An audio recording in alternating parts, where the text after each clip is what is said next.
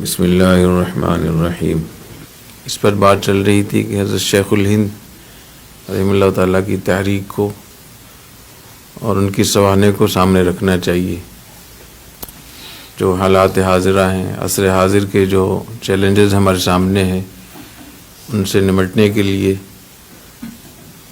اور ایک قائدانہ کردار ادا کرنے کے لیے علماء کو، طلباء کو، حضرت شیخ الہند کی تحریک کو، شیخ الہند کے شخصیت کو، ان کے اعمال، اخلاق، ان کی شب و روز جو زندگی تھی، اس کو سامنے رکھنا بہت ضروری ہے۔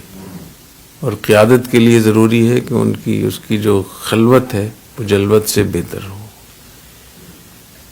تعلق میں اللہ جتنا قوی ہوگا اتنی اس کی تحریک میں برکت ہوگی، قبولیت ہوگی۔ شیخ الہند رحمہ اللہ تعالیٰ کتنا اللہ کرتے تھے، ذکر اللہ، تلاوت کا کتنا اہتمام کرتے تھے۔ حضرت مدنی قدس سرور نے فرمایا کہ یومیہ 10-12 پارے تلاوت کرتے تھے۔ 10-12 پارے تلاوت روزانہ معمول تھا حضرت شیخ الہند رحمہ اللہ تعالیٰ کا۔ حضرت تھانوی قدس سرور نے کا بھی یہی معمول تھا۔ فرمایا کہ میں نے 3 چیزوں میں زندگی میں کبھی ناغہ نہیں کیا، اس میں 10 پارے تلاوت بھی ہے، روزانہ 10 پارے تلاوت کبھی ناغہ نہیں ہوا۔ ہمارے جامعۃ الرشید کے جو بانی تھے حضرت مفتی رشید احمد صاحب قدس سرہ، تو میں نے حضرت سے پوچھا کہ حضرت صبح تہجد میں کتنی تلاوت فرماتے ہیں؟ فرمایا اب تو بہت کم ہو گئی، بہت مدت تک 10 پارے تلاوت تہجد میں معمول رہا۔ 10 پارے تلاوت کرنا میں تہجد میں معمول رہا۔ اور آپ حضرات کے علم میں ہوگا کہ حضرت نے 25 دن میں قرآن مجید حفظ کیا تھا۔ 25 دن میں حضرت حافظ نہیں تھے، بعد میں قرآن حفظ کیا۔ تو حضرت شیخ الہند رحمہ اللہ تعالیٰ اس قدر تلاوت کا اہتمام فرماتے تھے اور ذکر اللہ کا کتنا اہتمام کرتے تھے کہ 1000 دانے کی تسبیح رکھی ہوئی تھی اور اس کو پڑھتے تھے اور اس کو رومال کے نیچے چھپا کے رکھتے تھے تاکہ کسی کو پتہ نہ چل جائے۔ حضرت شیخ الہند کے ہاں اخفاء کا بہت معمول تھا، اپنے معمولات کو چھپاتے تھے، حتی الامکان جتنا چھپا سکتے تھے۔ جس میں نے کل بھی عرض کیا تھا کہ وہ اس اخفاء کے لیے نفل نماز تک توڑ دیتے تھے۔ رات میں جب دیکھا کہ لوگ سب سو گئے ہیں تو اب کھڑے ہو گئے نوافل کے لیے، دیکھا کہ آدمی جاگ گیا ہے تو فوراً لیٹ جاتے تھے تاکہ پتہ نہ چلے کسی کو، پھر جا کر لیڈر بنتے ہیں۔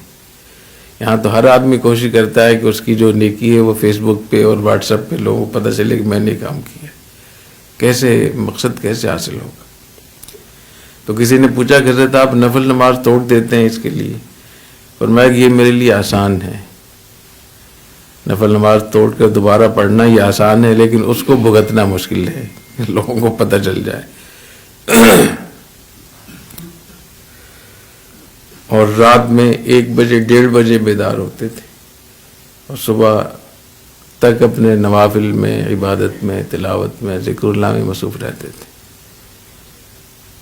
رمضان میں حضرت کا معمول نہیں ہوتا تھا رات میں سونے، پوری رات عبادت میں گزارتے تھے۔ حافظ نہیں تھے، قرآن مجید کے حافظ نہیں تھے شیخ الہند، تو حافظ بدل کے حضرت کو سناتے تھے نوافل میں، تو حفاظ تھک جاتے تھے، حضرت نہیں تھکتے تھے۔ ایک مرتبہ اتنا لمبا قیام ہوا کہ حضرت کے پاؤں سوج گئے تھے، ورم آ گیا تھا، تو فرمایا کہ الحمدللہ آج سنت پر عمل ہو گیا۔ حضور اکرم صلی اللہ علیہ وسلم کے بھی پاؤں میں ورم آ جاتا تھا۔ تو یہ ہمارے اکابر تھے، اولئک آبائی فجئنی بمثلہ۔ تو اللہ تعالیٰ میں ان کے اپنے اکابر کے نقش قدم پہ چلنے کی توفیق عطا فرمائے۔ اس کی کوشش کیا کریں کہ اپنے معمولات مقرر کریں اور معمولات بھی مقرر ہوں، اپنے شیخ سے، اپنے جو بھی آپ کی مصلح ہوں ان سے معمولات مقرر کروائیں، اور معمولات کی مقدار بھی مقرر ہو۔ اگر معمولات ہی مقرر نہیں ہیں تو بھی اس کی پابندی نہیں ہوگی، یا معمولات تو مقرر ہیں، متعین ہے، لیکن ان کی مقدار مقرر نہیں ہے۔ کسی دن 100 مرتبہ تسبیح پڑھ لی، کسی نے 200 مرتبہ پڑھ لی، کسی نے 300 مرتبہ پڑھ لی، تو ایسا نہیں ہے. مقدار مقرر ہونی چاہیے اور اس کے لیے وقت بھی مقرر ہونا چاہیے. اور ہمارے حضرت رحمہ اللہ تعالیٰ فرمایا کرتے تھے، حضرت مفتی رشید احمد صاحب رحمۃ اللہ علیہ، کہ بہتر ہے کہ اس کے لیے جگہ بھی متعین ہو جائے.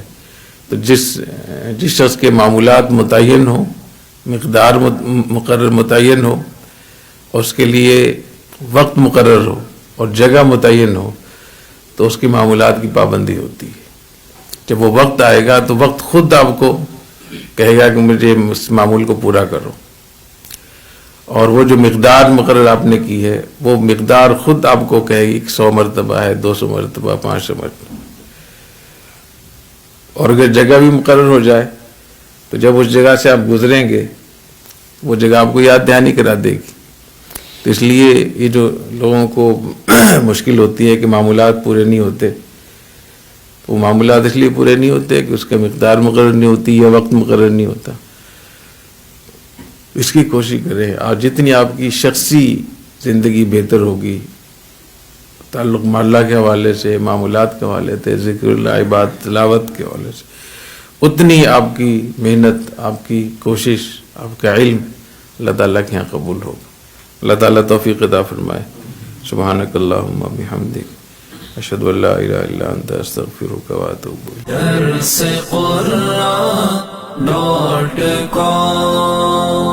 www.darsequran.com